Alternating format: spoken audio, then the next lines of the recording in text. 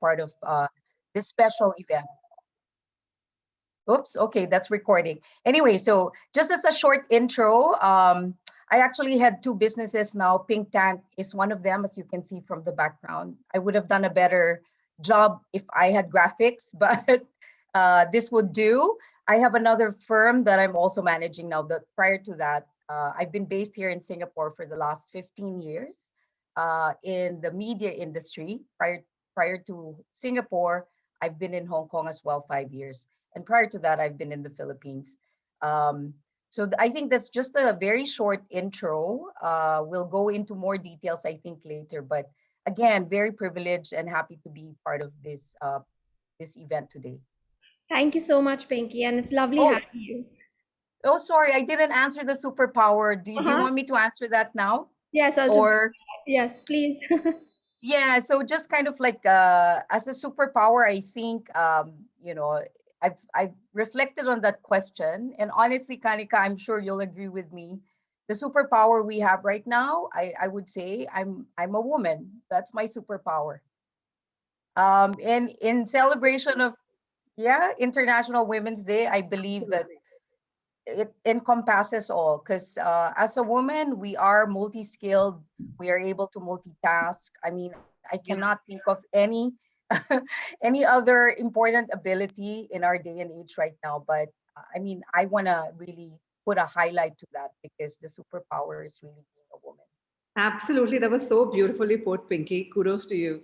Thank you, Kanika, and I, over to you now. Well, thank you. I want to echo what Pinky said and give a huge thanks to Akansha and Neha for having me here. And just for the beautiful intent, that they have behind putting this program together for all of the lovely women that work at your company. So I must say, I really hope that you guys enjoyed the session. And I think kudos to your leadership for, thinking so meaningfully for all of you on this occasion. Yeah, it's a pleasure to be here. About myself, well, I started my career in Bombay, so same city as where Akansha is, in a company called Tata Teleservices, a sunrise sector at that time when the telecommunications boom was happening. And then I moved on to the Adidas Group, where I spent 11 years with Reebok. And during my last 5 years, I was heading the marketing function there and did a lot of exciting stuff, which I'll talk to you about during the course of this discussion, and learned a lot and grew a lot, both as an individual and as a leader. And my current stint, of course, is with Twitter, where I'm the business head. Um, yeah, I think that's pretty much on my professional journey. I do a lot of other things on the side, which I really love doing. So I'll take another minute to talk about that. I run a program called Dear India. It is spelled as INDIYA, and almost like sounds like a girl's name when you see it in writing. But the intent behind the program is essentially to encourage young kids to read and get drawn into the power of stories. So that's a big passion project of mine. It's called Dear India because the Dear stands for drop everything and read. And that is something I'm really committed to building in a larger way in the coming years. And I do run a couple of other initiatives like mentoring startups and also helping women in a confidential manner, especially the ones who are young working mothers and really grappling those initial tough days when your kids are small and you have presentations with the board the next morning and so on. So those are the little joys that I try to build for myself, and happy to share as the session sort of goes along. So, but once again, thank you so much for having me. It's a true privilege. And in just the first 10 minutes, I've made a new friend, Pinky, who I will look up when I go to Singapore next. So this is already turning out great for me, and hope it turns out great for everybody as well. Thank you so much. That was a wonderful introduction. Kanika, I didn't catch your superpower. Did I miss that? Oh yeah, I missed I missed talking about that. Well, I think my superpower is my mom. She's my rock. She's been sort of with me, encouraging me, my biggest cheerleader and my biggest critique. So I wouldn't be where I am today without my mom. So I will just say that she is literally the biggest superpower I have. That's amazing. I think I would reflect with both your superpowers. It's absolutely what I believe in as well. And Kanika, you've kind of given me so much information to just leap right into the questions. So if you don't mind, I'm going to start with you. Obviously, you've come a long way in your career, from being recognized as one of the top 50 leaders in Asia, to being on jury panels, to speaking at huge events like Meltwater, to launching mentorship programs for startups. That's a lot packed into one person's kind of career, and it's amazing. It's very inspirational to women like me. So I was wondering whether you could share some of the values that you might have picked up along the way, in terms of what makes you a better leader in your role today. Yeah, I think a couple of things that I'd love to share with everybody. And I was also reflecting, Akansha, after you spoke with me. And I think one thing that really helps, I mean, it helped me, and I hope it'll, and I think and believe that it'll help everyone, is to inculcate the skill of multitasking as early as you can in your career and in your journey. Because as women, we'll always be juggling with multiple responsibilities between home and work. And within work, the moment you start turning the role of a leader, once again, within the ecosystem of your corporate life or your entrepreneurial life, there are so many hats that you have to wear and juggle with. So the early on you pick up the knack of multitasking, which essentially means that you're super organized. You have, like a way of working which is balanced. You know when to get in, when to get out. You know which battles to pick, which battles to fight, and which battles to not waste your breath and energy on. All of this just constitutes really good multitasking skills. And the sooner you build the instinct, the better it is. So I'll give a quick example. Apurva Purohit has written this beautiful book, and I urge everybody to read it. It's called Lady, You're Not a Man. And in that book, she talks about the fact that women are born with the multitasking gene, whereas men are not. So if you ask a man to go to the market and get grocery and get the car filled with petrol and give him a third task, out of the three things, he'll come back home doing just one. But if you tell the woman to go to the market, she'll do those three things and perhaps two more and come back home still full of energy. So we are born with this multitasking gene. We just need to make sure that we consciously hone it, we consciously sharpen it, and make it our biggest superpower. And I think once we do, we will get the balance that we are looking for. Can I, I? I Sorry. love that. I love that quote. And sorry, I mean, can I just add to that as well? I mean, as a classic example, and I totally agree with Kanika about, the multitasking superpower.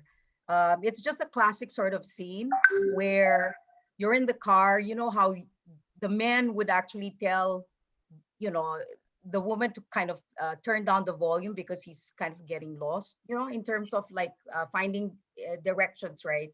And then there's another scene where a woman is carrying the baby, cooking, and then on the phone in the kitchen, all that, right? So you have a baby, you're doing things, and you're answering the phone. That's a classic sort of image of what a Absolutely. multitasker is. Yeah. Yes. I think Anyway, just wanted to. you've definitely got some supporters of that theory in the chat, as I can see with Angelina's message. Uh, yeah, sorry, Angeline's message. I completely agree, and I think it's something that I also picked up very early in my career. Multitasking is something that just came naturally and was expected of Yeah. me from the very first day, and I think that's something that I honed in on as a skill, really well. And I would also encourage a lot of people to try building that into their jobs essentially. I'm just gonna switch over to Pinky really quick, and Pinky, you've been a real inspiration to women in the workforce as well. I think you started off in a very unconventional, very male-dominated, career path with media. And Yeah, now you've launched not one but two businesses. I think one over the lockdown as well, if I got that right. So I that's wanted to correct. kind of understand, what are some of the challenges you faced, and what kind of advice would you give people who, are facing similar challenges, and how should they really try to overcome it based on your experience? Well, I just wanted to sort of, relate to everyone, I'm sure, in the room. And we don't see them. We wish we could have an opportunity where we can actually personally connect. But, in my career, I've had really three verticals. I started in the hospitality industry, which again, male dominated in terms of those senior positions. But at a very young age, I've actually kind of achieved leading the PR and communications team of the Shangri-La hotels in the Philippines. That's where I started.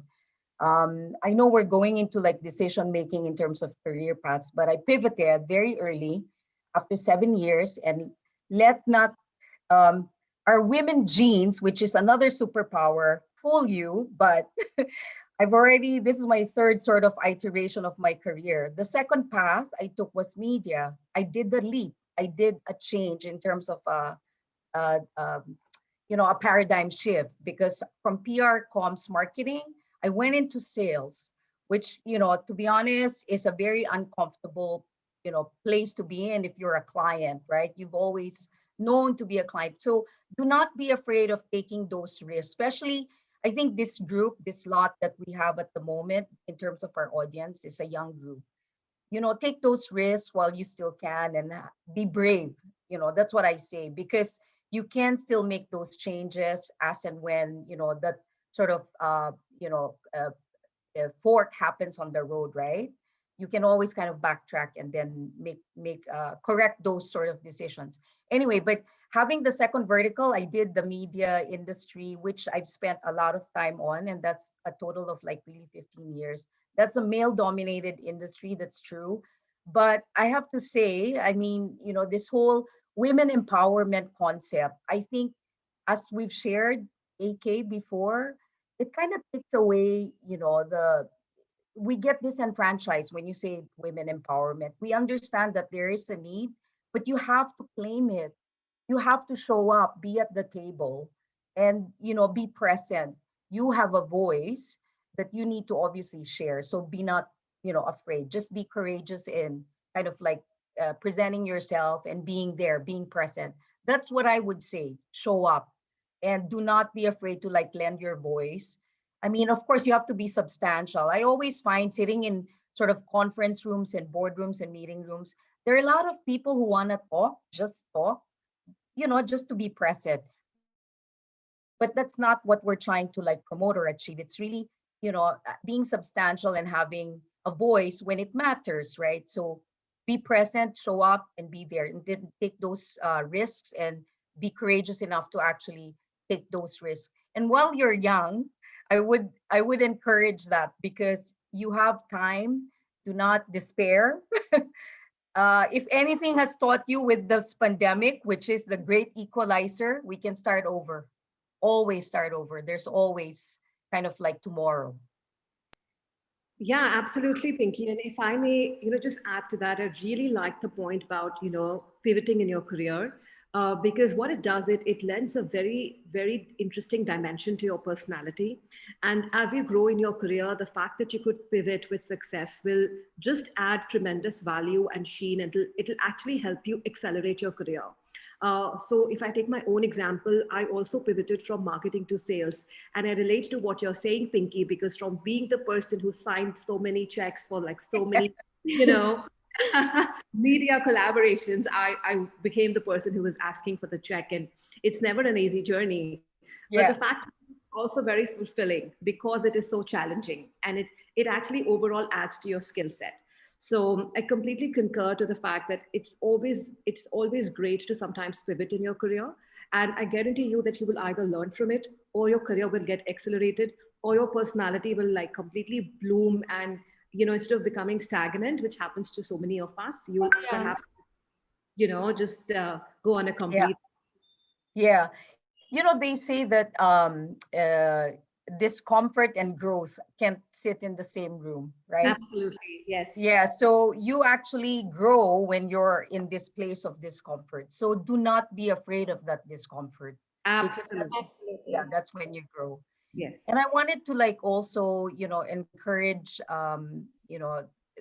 the women in the room.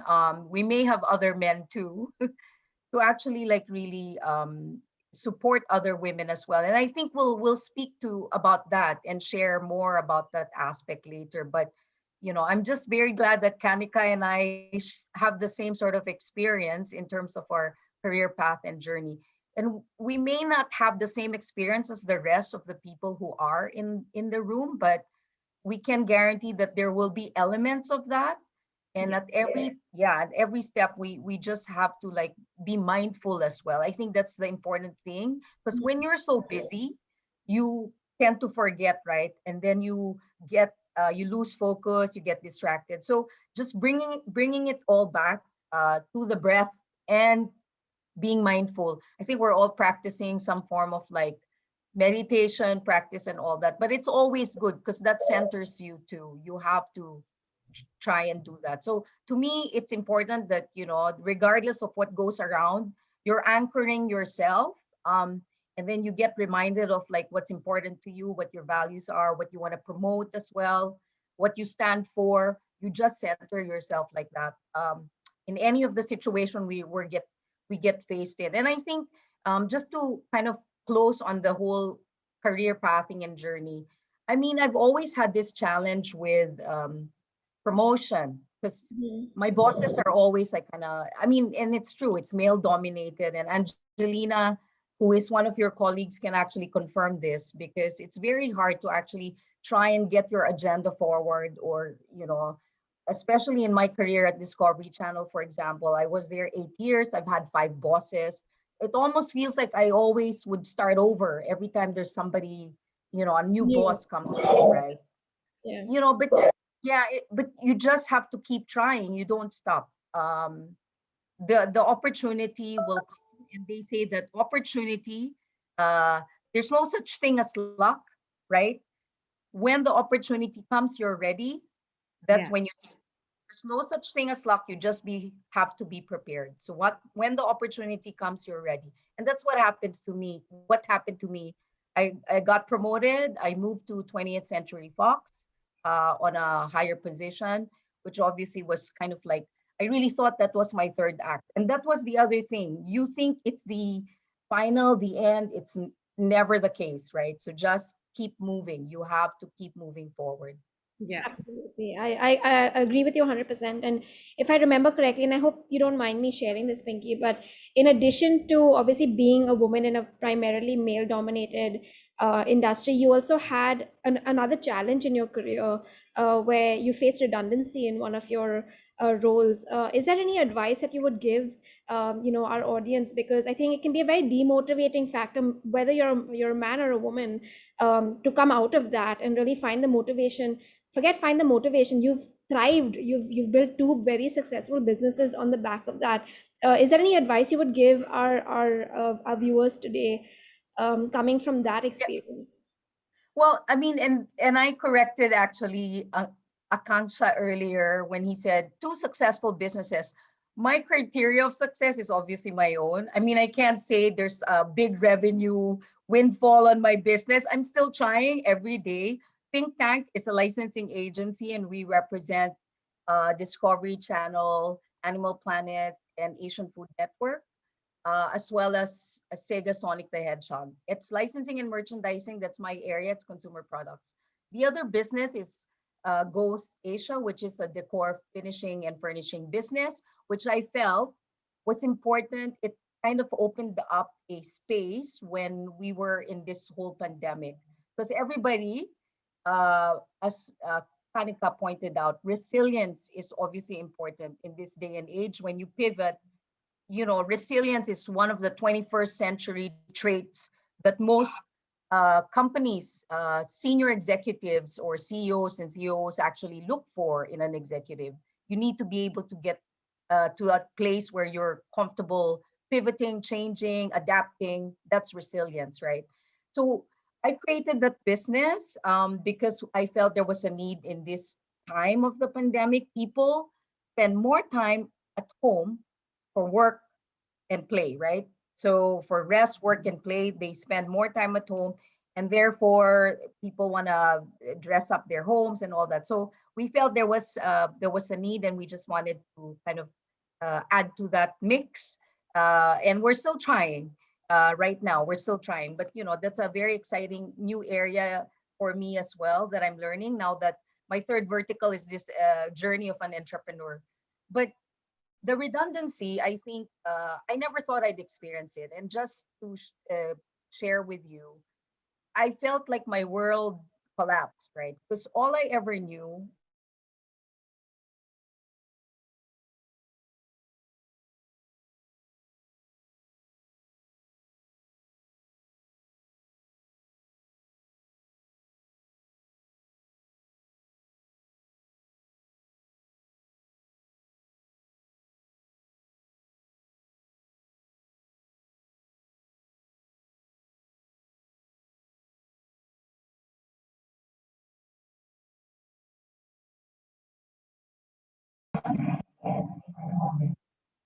So yes, and my advice, the final advice really is you just keep moving forward because you really don't know what you'll see around the corner.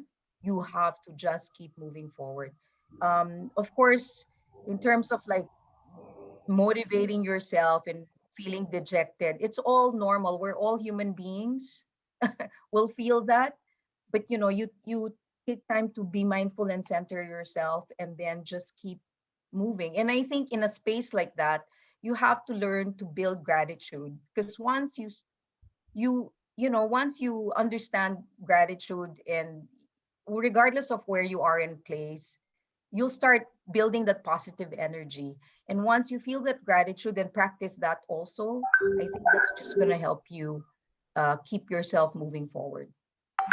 That's amazing. I think that's amazing advice for us to give our audience today, because it's very rare to be able to kind of come out of this experience and still find the positive light and and thrive. I think that's a wonderful Yeah. journey to share with our audience. AK, and I just wanted to share, I mean, the worry was very real. I'm a single working mother of two. So when you're left with a financial situation where you don't have that income, it's a very real issue.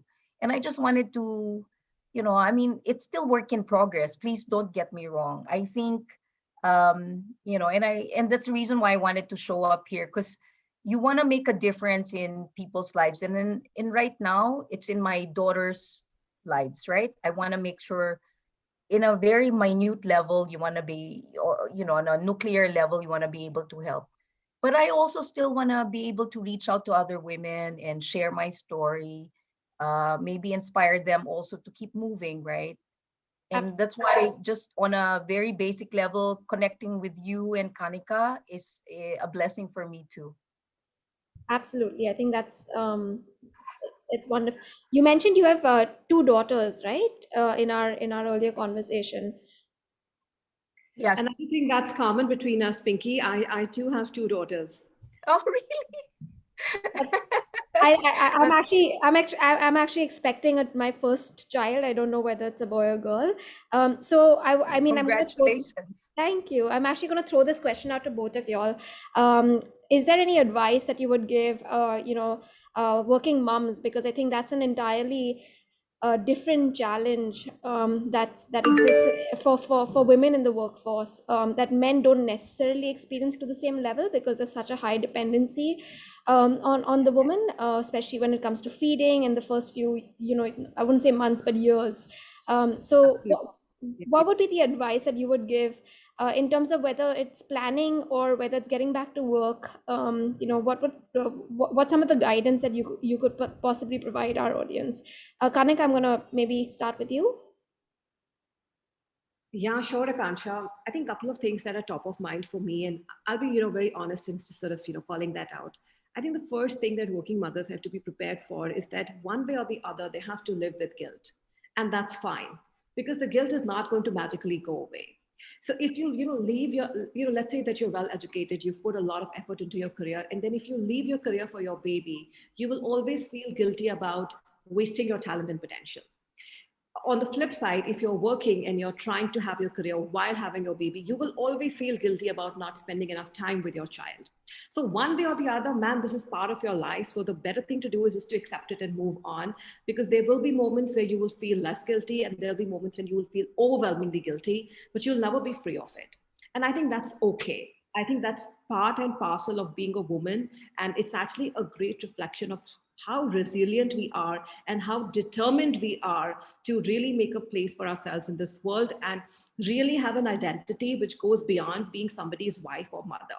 And if you want to have that identity, which is so meaningful for you spiritually, it feeds your soul, then you just have to let go of all the guilt and anything else and really just sort of nourish your soul and create that identity that will power you and take care of you for years to come altogether. Because ultimately, if we are not happy as individuals, and if we are not feeling fulfilled, somewhere or the other, it's going to hit us.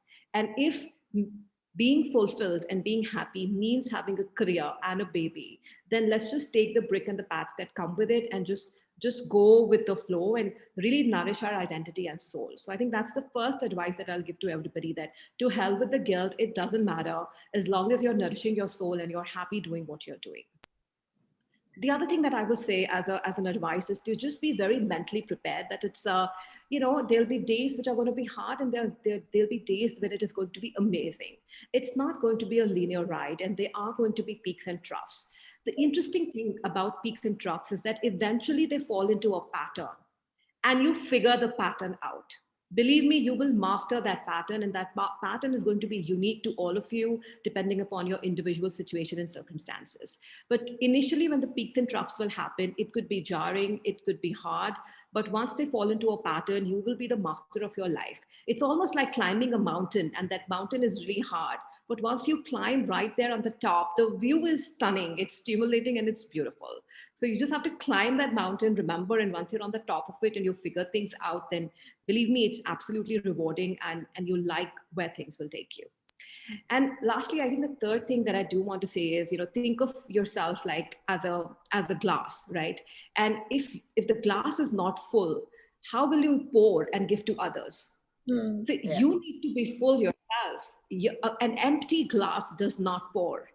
And you therefore need to have that much of enrichment and happiness and that sense of balance within yourself to be able to take care of your loved ones along with the work that you do. So remember to focus on yourself. So me time is very, very important, even as you straddle different worlds of corporate and personal, and you wear different hats of a mentor or of a boss or somebody doing volunteer work. Do remember that there's this woman inside you who wants the spa, who wants that nice haircut, who wants a bit of a retail therapy, who wants a night out with her girlfriends. And that me time is the time when you fill yourself up again so that you're ready for the week.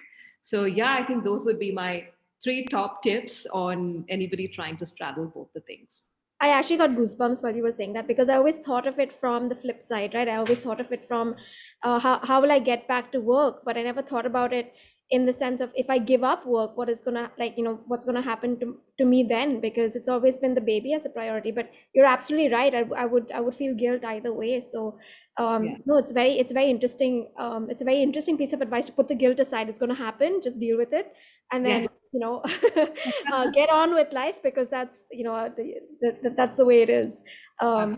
No, Yeah. thank you for that. Pinky, do you want to add anything? Yeah, I definitely do. I thought, Kanika, that was beautiful. The image of the cup as well, overflowing. How can you give if it's not flowing, right?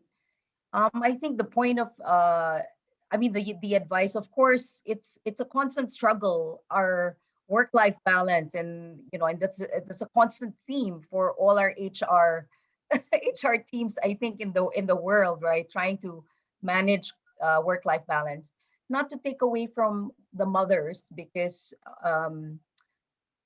being a mother is a full-time job, to be honest, and that's the reason why I really give kudos to Kanika's advice as well, because you embrace it in terms of like our decision on becoming mothers and being corporate executives as well.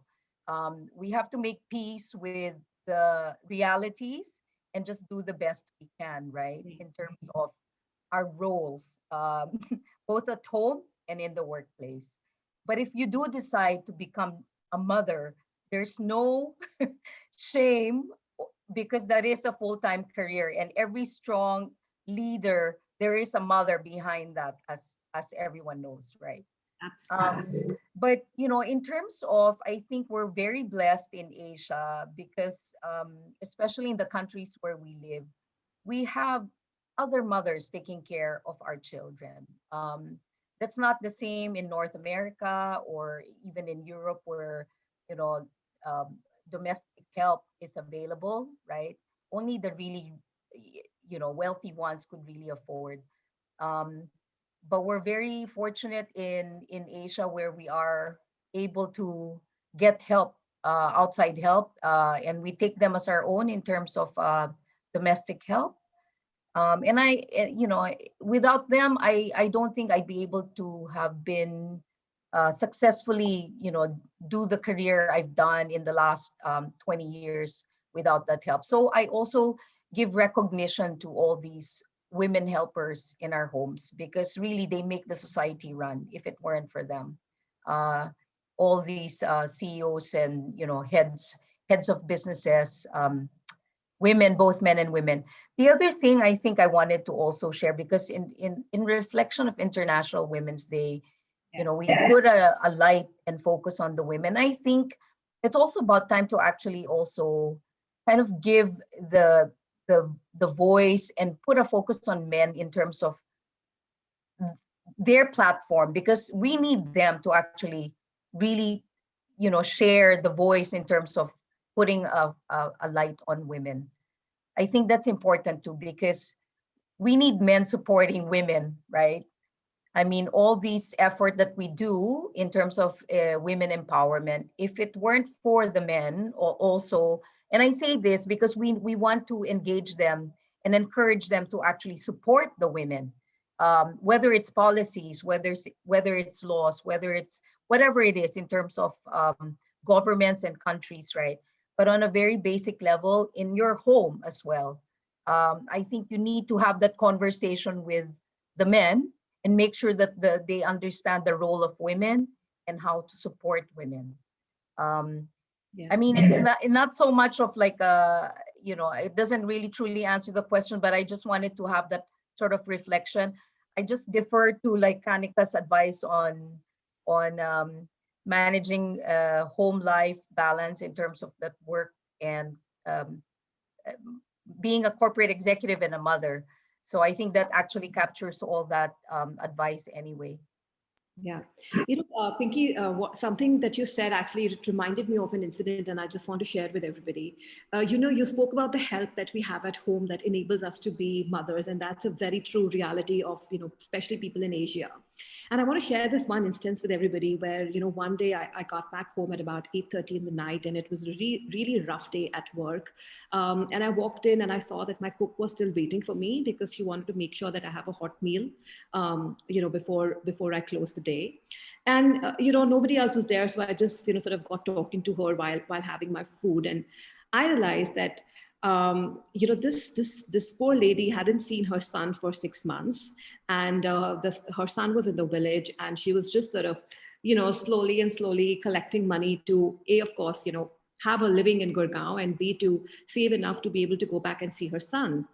And I realized that I'm nothing, I'm nobody. She is the true epitome of a working mom Yeah. who's trying to make the ends meet, and who's trying to sort of find a way back to her family. And then she'll come back, meet her son for some time, and then come back and start all over again. So we shouldn't think of working moms just in the context of you and me and the entire urban crowd which is out there. But look at this ecosystem behind you. And I guarantee you that most of the help that you have at home are honestly working mothers as well. So the moment we sort of applaud them and help them the way we are helping each other, we will feel more enabled. We will feel more empowered and supported. And that also brings me to another critical point I wanted to make, which is I think every working mom needs an entire army of support around themselves. And we shouldn't hesitate to create that support group and that network, whether it's with friends and family or whether it is with nameless strangers on the internet, on mommy communities, whom if you message at 3 a.m. in the night on They a will Facebook reply. group, I guarantee you will reply back. They are those nameless strangers who are there to help you. And thank God for social media. And I'll also say thank God for Twitter in that sense.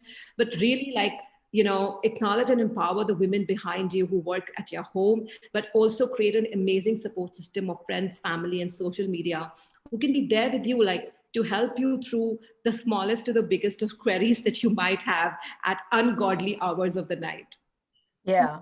I And agree. and I wanted to, sorry, and to share with to confirm Kanika's also point, there's really no shame in reaching out, because that Yeah. community support is important. I mean, I think we'll touch on mental health issues as well, but we really have to, the focus is on self-care, because we give so much to others and we take care of so many things as women, as moms. Um, I mean, it's a very complex, women are complex beings. But what we sometimes forget and neglect is really the self-care. So, I will encourage as well, it's not to be egotistical or like selfish, but self-care is important. I go back to the cup that Kanika had actually highlighted. You need to be able to overflow to share, right? So please take care of yourselves. That's actually wonderful advice for me as well. I've just got my first house help as a new mom, and I talk to her quite frequently because we whenever while cooking meals or whatever, we just start having conversations. And she too has a son that she's left behind at her village, and over the last month or so of her joining, I've just been constantly trying to send stuff for her son from her, just to make sure that they have a connection that's still going strong. So from just sending over a smartphone so that they can kind of talk on video cameras, and that just I think that's just it kind of ties back to us paying it forward in some Yeah, way or the other. It's us paying it forward even in this context of the webinar that we're having today, but also in the lives of people around us, which I think very seamlessly brings me to my next question. Kanika, you've been doing a lot of initiatives in terms of paying it forward from, and something that I took very emotionally in our last conversation was how you paid forward to new moms who have just had children 0 to the ages of 3, and how you kind of mentor them to get back to work. Maybe you could share a little bit of your experience in how you entered that idea, and why it's so important to you to pay it forward. Yeah, thanks, Akansha. That idea essentially came to me because when I had my second daughter, while she was an absolute like angel in the day, and it was very easy for me to get her through the milestones, she had a lot of difficulty sleeping in the night. And I mean, all newborns do that, right? But they'll probably do it for 6 months. They will do it for a year. And my little one, I think she went up to almost 4 years in terms of not having just not being able to sleep through the night. And because you have to watch out for her and you have to care for her. Ultimately, over the years and months, I started getting really physically exhausted because I just wasn't getting the sleep.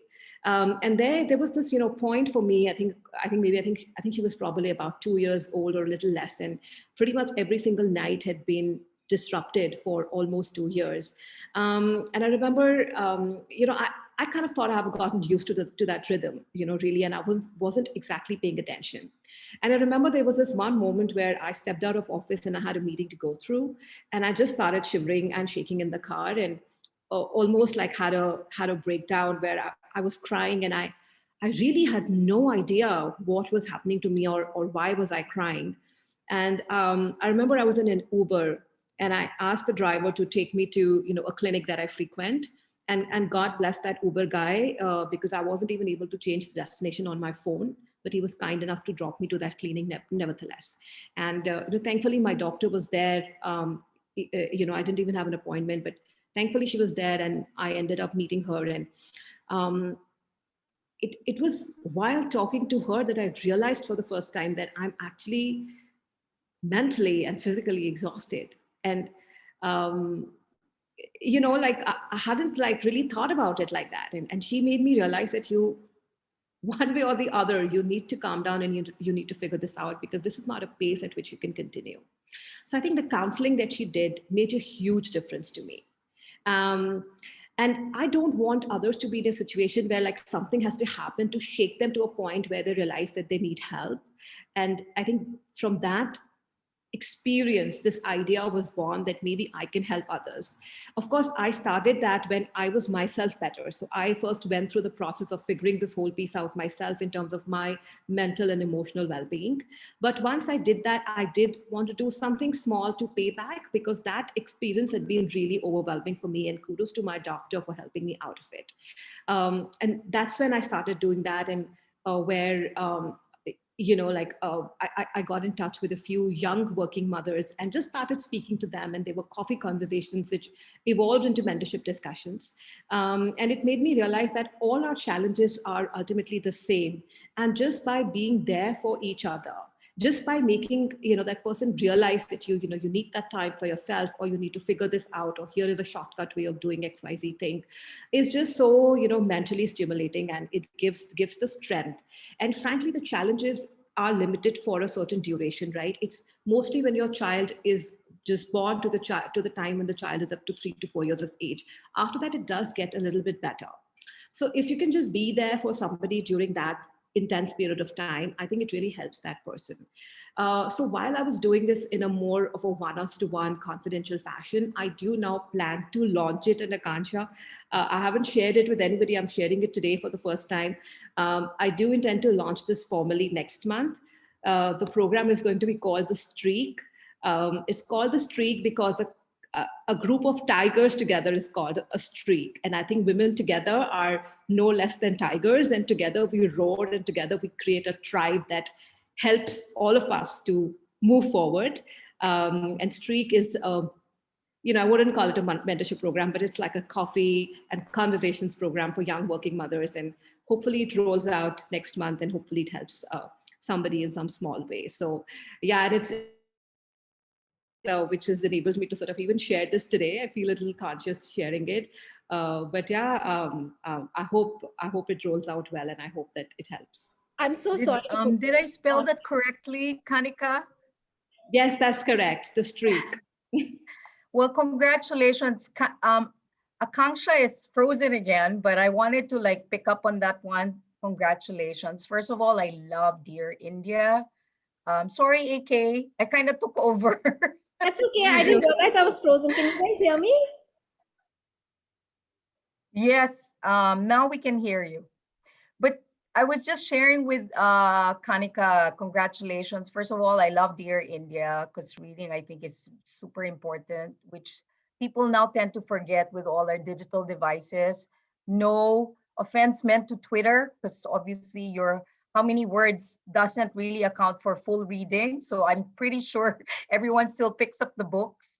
But Streak is beautiful. I mean, I think I wanted to just kind of like share my pay it forward journey. I think it's really important that as women, we do support women. One of the things that I love doing is actually supporting these groups. I've been participating and quite active with Her Planet Earth, which is an advocacy for supporting women, creating awareness, and putting a light on women issues, gender equality issues, as well as creating funds to protect the environment, so enhance Her Planet Earth. Earth being considered Mother Nature, right? And also, this was organized and created by a good friend of mine. So I love participating in that. Um, she also does Women on a Mission, which also I also support. Similar in a similar, they create expeditions. Feel free to like Google that, because if you're the type who would want to participate in big expeditions and then create awareness on gender equality issues, etc., that's one thing you can actually do. I love 100 people doing good. They've actually put it down. I mean, and it's a model that you guys can replicate when things open up and there are events that you can do locally. So effectively, the idea is to create events and auctions. So it's 100 women invited to these events. They auction off prices, and it's supporting local charities. So which made me support Aware Singapore. Again, another um, advocacy group here promoting on a individual community and government level in terms of supporting women in all areas. Again, and also Gawad Kalinga, which is kind of like a Habitat for Humanity, and that's a more Philippine-based charity that I support. But yeah, I think it's important that we pay it forward. It's important that you support other women. I think, you know, I, I'm still in that journey. I will create Pink Tank as an advocacy group like Kanika. I'm not going to share yet, but I am designing and building it. It's also to support, you know, ideals and objectives and groups that are close to me. So I'll share that later on. But I will get into also my own sort of advocacy. But just sharing with the whole counseling and mental sort of issue. I mean, I think it's a very real concern for a lot of us. So it's important that you really reach out, and just to sort of echo what Kanika was saying, I think it's important that you take care of, again, somebody had written that, self-love and self-care is not really comprehended well by a lot.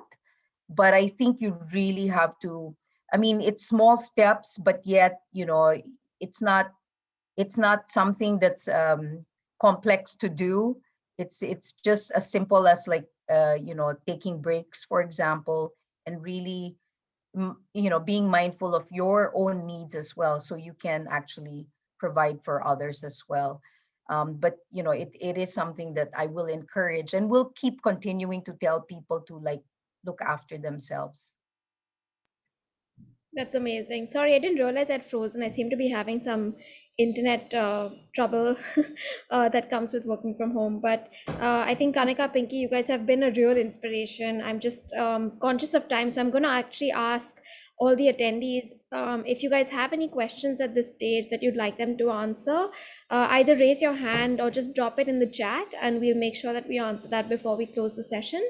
But while our team does that, I think I have just two more questions, just as open-ended questions. Whoever wants to pick it up can pick it up.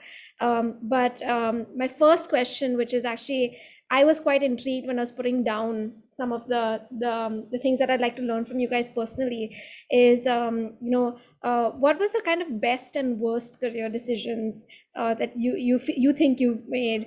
Because I'm sure not everyone's journey is a smooth sailing journey, and clearly we can tell that you both have had some bumps in the road. So what if you don't mind sharing, what are some of the best and worst decisions that you guys have made from a career standpoint? I'll, if I may start, Kanika. I mean, I can't think of any worse decisions, really.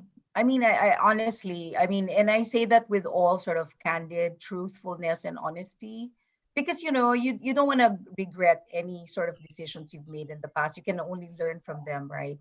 But the best decision for me was really to make that first pivot. I mean, I was, at the top of my game, being in the hotel industry. I was ahead of like a multinational, hotel chain. Feated as like the youngest head of public relations and communications of an international hotel brand. Wow, that's But amazing. yeah, but I did. I resigned and I left it and I went on a sales job. And you know what? I never looked back. It took me to a place I wouldn't have been able to transition to Hong Kong and move countries. This life that I know now and I have, it wouldn't have been possible if I didn't make that change. So I feel like that's really the best, decision I've made. And and you asked me earlier, I wanted to like address this because the advice I would give, right? I said show up, because I mean in terms of like my children who are quite grown up, maybe unlike yours, because my two daughters are in college. One is in high school and one is in You college. don't look like you have two daughters in college. Oh Thank my you, God. thank you, Kanika. But Can yeah, I ask one question on your yes. behalf? What's your secret to the What's youthful? my secret? Self-care. I practice yoga, and Angelina knows this. Self-care. I practice yoga, and I've only started practicing yoga when I gave birth to my second child, who is now 16. Wow, Now I amazing. can do headstands without, and I never thought that headstand capability only happened like 3 years ago, right? And this was already after like 15 years of practice. I would have been a teacher as well. So kind of feed your soul, as you said, nurture your soul, feed your soul, because it will come naturally if you love what you do and what you're doing. Great. It shows, yes. So that's my advice. There's no cosmetic surgery, and my good friend Angelina can attest to that. But again, in terms of the advice, please show up. And for those starting, be kind. to whoever you meet, because it's important as you go up that ladder, you don't know who you're going to meet on your way down. Be kind, be brave, show up, be brave, be courageous, and be kind. That's kind of just my advice to my daughters as well, right? Pursue your passion too, because when you talk, Kanika, you glow. The passion comes out in terms of all your passion projects, you glow. I will follow you because that's how charismatic you are when you speak from a place of passion, right? It shows. So well It said. shows. Thank you. It was beautifully said. Yeah. Thank you. Thank you, Pinky. That was amazing. That was very inspiring for me personally. We do have a question in our chat, which I'll get to in a second. But Kanika, do you want to maybe take on the best and worst decision one first? Sure, Akansha. I think the best decision for me, and I'll echo Pinky here, was actually moving from marketing to sales. I was a well-recognized marketing head and doing really well at a time when I chose to sort of move on to sales. So the only, I think, little bit of advice or tip I'll give here is that it's actually okay and maybe better to leave on a high, because you take that confidence with you and you know that you can fall back if ever things do go wrong. So leaving on a high, comfortable when they reach a high, but I think that's the time to become uncomfortable and actually maybe take a leap of faith and do something different. So I would say that was like one of my better decisions in my career. And as far as the worst decision is concerned, maybe a bad decision perhaps was, yeah. I'm so No, sorry, guys. There seems to be some real Wi-Fi issues at the worst possible time here. no problem, no problem. So yeah, I was just talking about a bad decision, and let me also share it because I hope nobody takes that kind of a decision. So let me share that. I think what happens is that sometimes as women, if you are the most, if you're one of the talented individuals in the room, sometimes to get the outcome through, you also have to underplay yourself. Especially when there are, and I'm sure many of us have gone through that, especially when there are other more senior people and there are other more experienced people in the room, but you do want to make the point. So sometimes you underplay yourself and make the point, and you almost make the other person feel like this was your idea, this was your strategy, just to get the strategy up and running and just to get the outcome to a certain place. I think that's a good strategy to drive outcomes. Whether you feel uncomfortable about it later is the real question. And I have sometimes felt uncomfortable about it. So when I reflected upon it, I said, while it worked at that time because I needed a certain output, and to influence it, I had to sort of take that route. But once I realized I'm not comfortable with it, I stopped doing it as well. But I do want to put it out there that I think sometimes as women, when we are in a room full of people who are perhaps just talking over us, sometimes you have to slip in your idea in a certain way that you feel like it's a collaborative idea and not like really your approach, which is okay to drive an outcome, but you have to figure out whether you're really comfortable with it or not. So just wanted to share that. And Akansha, I also see the question, and it's a very interesting one on Yeah. the chat, and I'll quickly take it because this is another topic. I researched thoroughly when I was in Reebok, and I want to share that research and also answer that. So, during my days in Reebok, we actually started studying this topic a little bit in depth to figure out like what's the pay disparity between men and women. And we looked at a lot of data, and we realized that the numbers were mind-boggling. So I think the first thing that we wanted to do was to communicate the pay disparity in a way that people quickly understand it and remember it. So what we realized is that effectively, in a single week, if there are 5 working days, men get paid for all 5, women get paid for 4. So in comparison, women are not getting paid for Fridays, in a manner of speaking. So we created this interesting communication where we had like a lot of men celebrating their Friday evening, and the women are not, because really they're not getting paid for that Friday. What we were effectively trying to say was that the X percentage, there's an X percentage disparity in women and men pay. And a way to describe that is every week, at least for one day, a woman works free compared to a man. And we kind of put that message out there just to help people understand. But I think So and I think therefore there are two aspects that are critical for this. I think one is that the conversation happens at a superficial level and people don't really have the numbers and the stats to really understand how huge this issue is. So I think if an organization, if PR companies or anybody else can just create the right amount of noise around this in a way that can be deciphered and understood, I think that'll be amazing. And the second part is that anybody in a leadership position should make this their personal agenda, because ultimately if a bunch of individuals have to make the change for it to really reach a tipping point. So I think anybody in a leadership position should make this a personal priority to dissolve this gap. Yeah. Yep, I agree completely. I think it's a big role that the company plays, in making sure that this isn't happening, more than in an individual. And we actually have another question that's on similar lines, which is, the action of true equality is often positioned as a woman's struggle, as a women's movement, when in fact it's actually an equality of genders of all human beings. So with that in mind, what are some of the actions that you guys would like to see the men make to help us with this equality movement? I mean, I think that was a great question asked for both of us, right? I mean, I think it's also a point of reflection for everyone. I'd like to see the group. I mean, we don't know everyone, but we are encouraged. There is this interest in terms of like how to build, more obviously gender equality in terms of pay, in terms of opportunities. I mean, you name it, all these issues.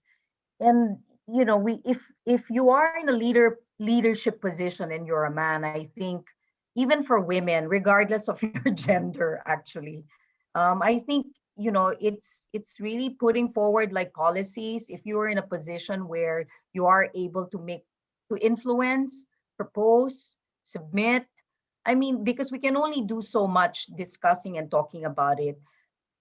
Putting awareness or shining a light on it is only the first step, really. I mean, in terms of like companies, countries, cities, you kind of have to really make those initiatives and actionable, programs that would actually really have a lasting, enduring impact on women's lives, right? I mean, regardless, there are a lot of like issues in the world today that we are trying to address. Our only hope and goal really is to encourage everyone to like kind of, take on those leadership roles and try and make a difference. Sometimes we feel it's daunting. You don't know how much you can influence or impact, but you just have to really keep trying, because we don't know who else is listening or how else we can kind of put that in place, right? But if you are in a position of influence or have the ability to propose, I think that's where I think we put that responsibility back to the men and women of position of power to be able to make those lasting, enduring changes. Kanika? I actually concur with what you said. I think you covered anything that I might have had to say. So I'll just say +1. I usually say when it happens, I second the motion. And I third it. Okay. All right, great. I think we've gone over slightly, which is quite surprising. But I think in closing, I just want to kind of say a big thank you to the both of you for making time today. It's been a very inspiring session for me. I'm sure it has for our 60 odd attendees as well. We had quite a large audience today. I'm looking forward to meeting you both in person now. Sorry, AK. Sorry, All the AK. best, Can we? Aakanksha, for your journey. Thank you. Yeah, thank you so much. But can we share?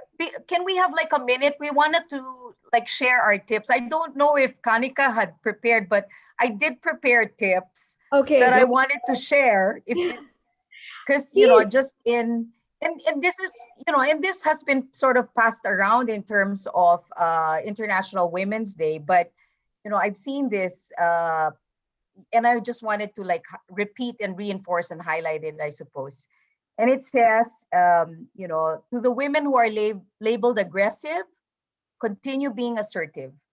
To those labeled bossy, continue to keep leading. Those who are labeled difficult, keep telling the truth, right? And to those who are labeled too much, keep taking the space. And those who are labeled complicated, keep asking those hard questions. So that's kind of like the tip that I Very, prepared very for today. beautiful. That was amazing. Very, very well said. That was such a lovely way to bring the session to a close, like such a fabulous high for the session. Thank you, Pinky. Thank you, Thank Pink. you, Kanika. Thank you, Neha and Aakanksha and Angelina, and of course to all the, to all our viewers today. We hope to get to meet you one of these days. And I really look forward to connecting with you on a personal and also physical level when we see each other and COVID ends. Kanika and Aakanksha, thank you so much for today. Thank you. Absolutely. And kudos to Aakanksha. I think you're such a great leader for thinking of this for your team. Thank you. Thank you Yes. to everyone who made this possible today. And thanks everyone for attending and spending your first half of the day with us. Thank All right. you. Thank Bye, you everybody. very much. Bye, everyone. Take care. Stay safe in the spirit of COVID. Thank you. You Bye, too. Pinky. Take care. Take Bye, Kanika. Take care. Bye.